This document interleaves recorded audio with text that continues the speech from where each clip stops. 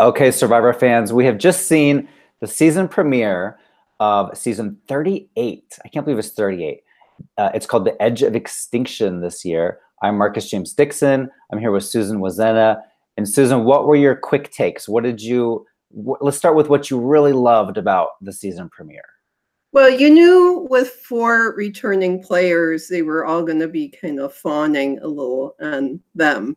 But in general, the other players seem not so stereotypically Survivor-esque. And I like that because, you know, we've all seen these people come and go. And like, I think they know to change things up when they need to. But, you know, but they do fall into a certain pattern still. But my favorite moment, I think, was when Joe Englund, who has been known as Amazing Joe, he just made fire out of nothing. And that was crazy, yeah. Then they, for the reward challenge, they got Flint, and he's like, yeah, like I need this. I thought it was great. Did you see how cool Jeff and Joe were when Jeff kind of tossed it and Joe just caught it? Like, I could never be that cool. He's like a super being. I don't know how long he'll last, but I'm glad he is back. So we have Joe and Aubrey are on the yellow Kama tribe. And then over on the Manu tribe, we have David Wright and we have Kelly Wentworth. And David didn't get a lot of screen time, but Kelly did, mostly because she fell during the challenge and she really hurt herself. It looked like she was really in pain, but she masked it. Thing on her nose and on her head, but she just got up like Superwoman. I mean, it was like she's not going to let a few bumps on her face going to stop her from going as far as she can go. So, and David, you know, he's still, I mean, people were coming to him for advice and stuff, but he's still not, you know, an alpha male in any way, shape or form.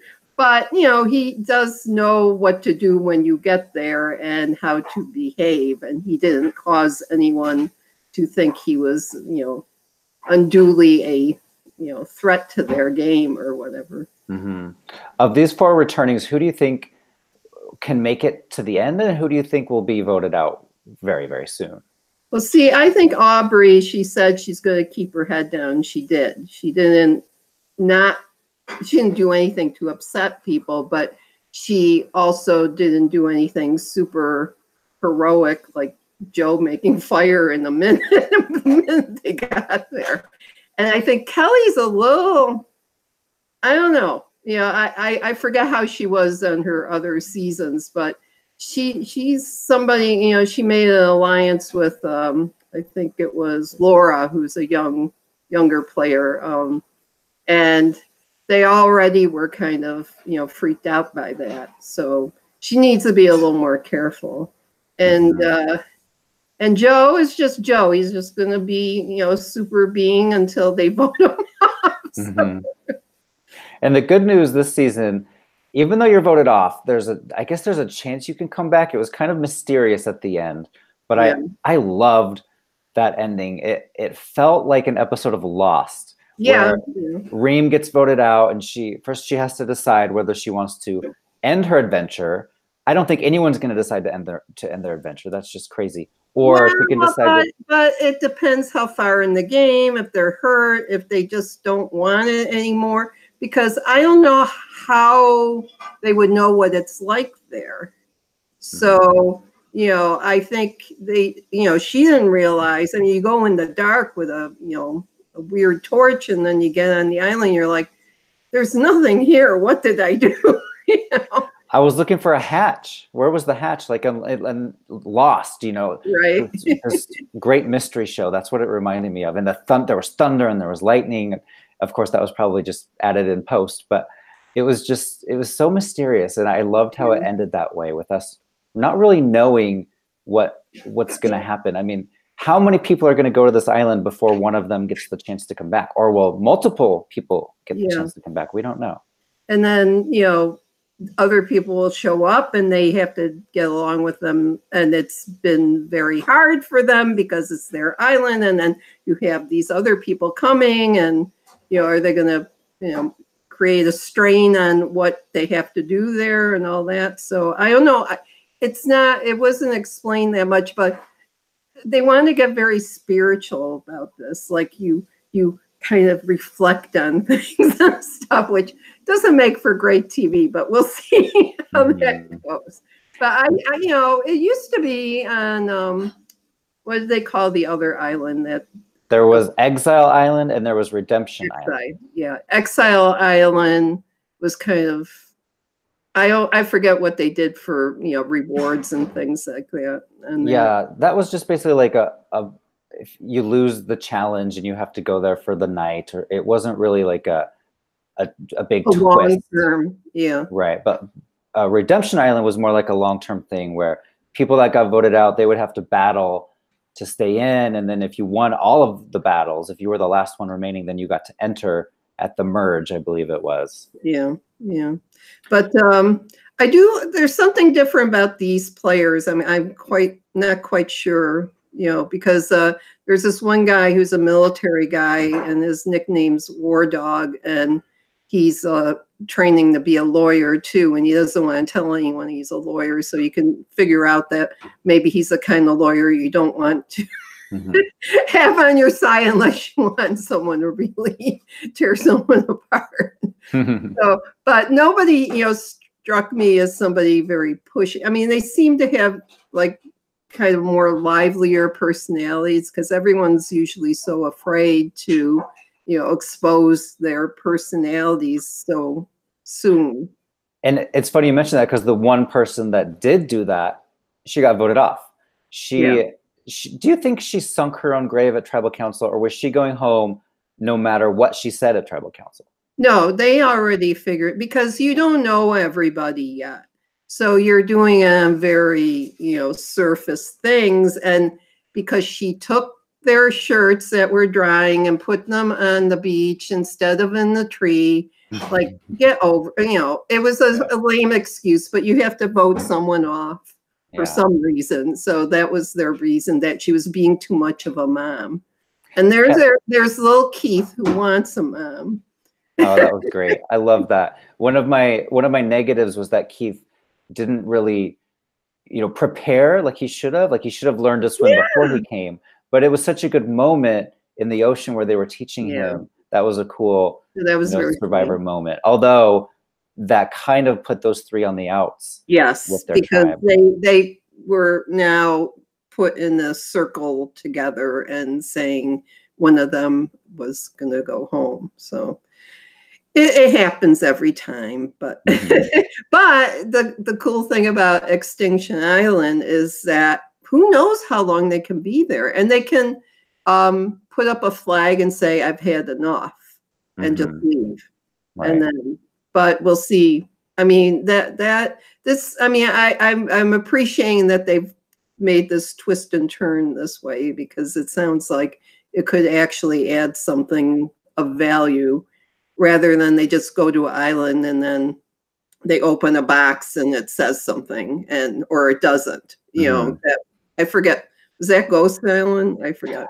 I think you're right. Yeah. Yeah, and it didn't really add all that much value to the game. No. But I do like this cast. I do like that they brought back the other people, because it adds a little bit of a twist of people just not knowing if they want to be friends with them or they don't want to be friends with them, or they're going to have a target on their back or whatever until they don't need them. And yeah.